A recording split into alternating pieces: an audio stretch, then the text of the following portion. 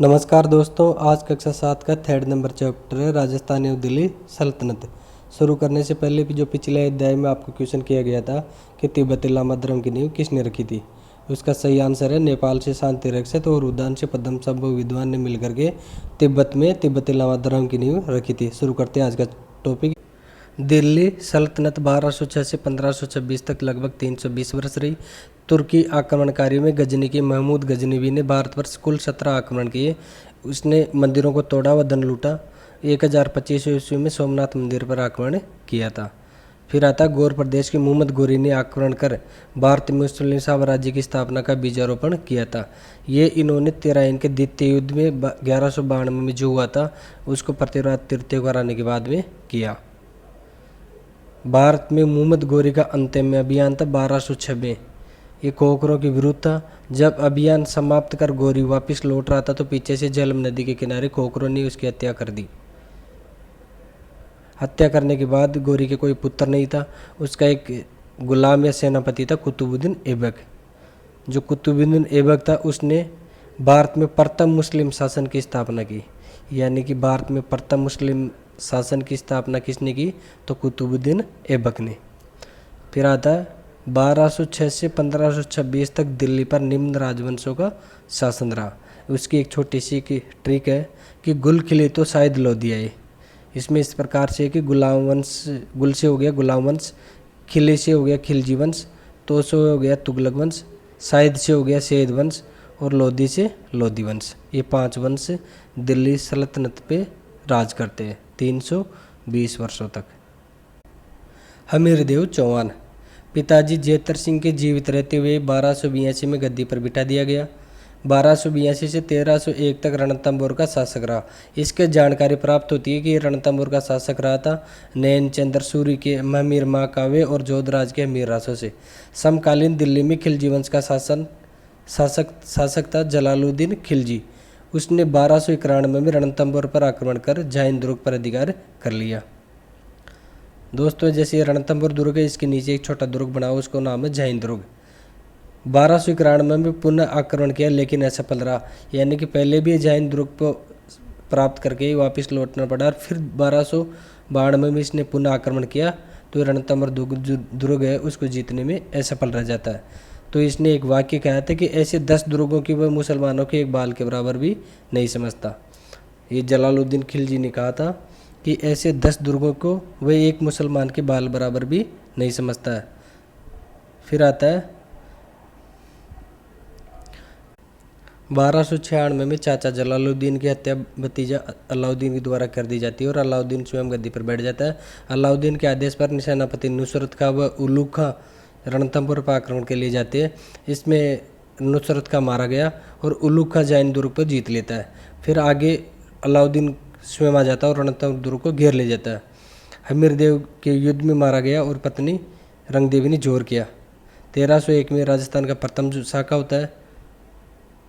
हमीरदेव के जो विश्वासघाती सेनापति थे वो रणमल और रत्तीपाल थे। फिर आता है राहुल रतन सिंह। 1302 में मेवाड़ का शासक बना राहुल रतन सिंह। चित्तौड़ विजय हेतु अलाउद्दीन ने गंभीरी और बेड़ नदियों के किनारे सैनिक शिविर लगाए। 8 माह तक सफलता प्राप्त नहीं हुई तो इसने कूटनीति से विश्वासघात किया। 1303 ईस्वी में युद्ध हुआ। रतन सिंह व सेनापति गोरा और बादल मारा गए। यानी कि जो गोरा और बादल सेनापति किसके हैं, रतन सिंह के। 1303 में राजस्थान का द्वितीय शाखा हुआ। रानी पद्मिनी ने जोर किया और 1326 में सिसोदा गांव के हमीरदेव ने चित्तौड़ पर पुनः कब्जा कर मेवाड़ में सिसोदा राजवंश की स्थापना की। इसके बाद में आता है कान्हड़देव। 1305 में जालोर में चौहान वंश का शासक बना कान्हड़देव। 1299 के आसपास अलाउद्दीन ने सेनापति नुसरत खां और उलूग खां को सोमनाथ मंदिर ध्वस्त करने भेजा। जब सेना जालोर रास्ते से गई तो कान्हड़देव रोक लगाई। जो कान्हड़देव था उसने रोक लगाई थी।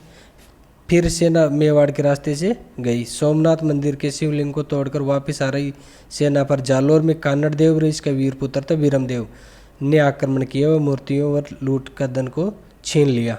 इस कारण 1308 में जालोर पर आक्रमण व युद्ध में वीरमदेव की मृत्यु। इस कारण से अलाउद्दीन ने 1308 में जालौर पर आक्रमण किया, वो आपको बता दिया ऊपर। 1308 में जालौर के प्रवेश द्वार कुंजी सिवाना पर खिलजी वंश का अधिकार, जो खिलजी था उसका अधिकार हो गया 1308 में जालौर के सिवाना दुर्ग पर। जालौर के शासक है सोमदेव शीतलदेव। 1311 में अलाउद्दीन ने जालौर पर अधिकार कर लिया, यानी कि 1308 में तो उसने सिवाना दुर्ग पर अधिकार किया, जो सिवाना दुर्ग था उस पर अधिकार किया 1308 में, और 1311 में अलाउद्दीन ने जालौर पर अधिकार कर लिया। जालौर का जो गद्दार था वह था दैया बीका, उसको इसकी पत्नी ने मार दिया, और जालौर का इसने नाम रखा था जलालाबाद। मेड़ता के पास मलकाना में, जो मेड़ता के पास मलकाना है, राजपूत सैनिक सुल्तान के सेनापति शमशका को वह पत्नी को बंदी बना लिया। तो जो राजपूत सैनिक थे उसने अलाउद्दीन खिलजी के सेनापति शमशका व उसकी पत्नी को बंदी बना लिया था, यही घटना है। उसके बाद में माराव सेका, जन्म 1444 में कछवा वंशीय आमिर शासक चंद्रसेन के बड़े भ्राता थे माराव सेका। चंद्रसेन के अधीनता स्वीकार नहीं की तो 1471 में युद्ध हुआ, इसमें सेका विजय हुआ। अब सेका का स्वतंत्र व राज्य स्वीकार हो गया। जो चंद्रसेन थे उसने सेका का स्वतंत्र राज्य स्वीकार कर लिया।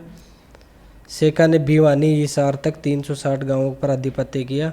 वह राज्य का नाम अमृतसर रखा, यानी कि आमिर से बड़ा। इन्हीं के प्रयासों से पठानों ने गाय को न खाने का संकल्प लिया। ये नारी अस्मिता के रख सकते शेखावटी इन्हीं के नाम पर रखा। जो माराव सेका थे उनके नाम पर शेखावटी नाम पड़ा। महाराणा कुंभा 1433 में शासक बना और 1468 तक रहता है। शासनकाल की जानकारी एकलिंग महात्मा और रसिक प्रिया कुंभलगढ़ परिस्थिति आदि से प्राप्त होती है। 1436 में सारंगपुर युद्ध कुंभा और मालवा के सुल्तान महमूद खिलजी के मध्य लड़ा गया। इस युद्ध में कुंभा विजय हुआ और महमूद को 6 माह तक बंदी रखा। कुंभा ने गुजरात के जो कुतुबुद्दीन है और नागौर के शमशका है कि संयुक्त सेना और मालवा गुजरात की संयुक्त सेनाओं को परास्त किया था। कुंभा का काल भारतीय कला इतिहास में स्वर्ण काल कहा जाता है। कुंभा ने मेवाड़ के जो 84 दुर्गों में से 32 दुर्गों का निर्माण करवाया था। ये कविराज श्यामल दास ने वीर विनोद में कही है। ये बात कविराज श्यामल दास ने वीर विनोद में कही कि जो मेवाड़ में 84 दुर्ग है उनमें से 32 दुर्गों का निर्माण कुंभा ने करवाया। कुंभलगढ़ दुर्ग अजय दुर्ग है। जो कुंभलगढ़ दुर्ग है वो एक अजय दुर्ग है, उसका निर्माण महाराणा कुंभा ने करवाया। इसके चारों ओर 36 किलोमीटर प्राचीर है, जिसे चीन की दीवार के बाद विश्व की दूसरी सबसे लंबी दीवार माना जाता है। इसके साथ ही चैप्टर समाप्त हो। आप करते हैं इसके क्वेश्चन आंसर। पहला क्वेश्चन है, भारत में प्रथम मुस्लिम साम्राज्य की स्थापना किसने की? मोहम्मद गोरी, मोहम्मद गजनवी, कुतुबुद्दीन ऐबक, अलाउद्दीन खिलजी। तो इसका सही आंसर क्या होगा? सोच लिया होगा आपने, Qutubuddin Aibak. Second number question है, अलाउद्दीन के जालौर आक्रमण के समय वहाँ का शासक था शीतलदेव, रतन सिंह, वीरमदेव, कानड़देव। तो सही आंसर क्या होगा इसका? कानड़देव। थर्ड नंबर क्वेश्चन है, 1437 में प्रसिद्ध सारंगपुर युद्ध किन किन के मध्य लड़ा गया? कुंभा व खिलजी, खिलजी व शेखा, कुंभा व महमूद खिलजी। तो सही आंसर होगा कुंभा व महमूद खिलजी। लास्ट का क्वेश्चन है, मिलान करो। हमीर महाकाव्य किसका ग्रंथ है? नैन चंद्र सूर्य का। हमीर रासो जोधराज का, और रसिक प्रिया कुंभा की। इसके साथ आपको जो पिछला चैप्टर पढ़ा है तो इसमें से एक क्वेश्चन है, आपको बताना है कि गुरिल वंश का वो कौन सा शासक था जिसने सिंध को अरब आक्रमणकारियों से बचाने के लिए एक गुट का या फिर एक संघ का निर्माण किया था, जिस संघ में नागभट्ट प्रथम जैसे शासक थे। जय हिंद, जय भारत दोस्तों।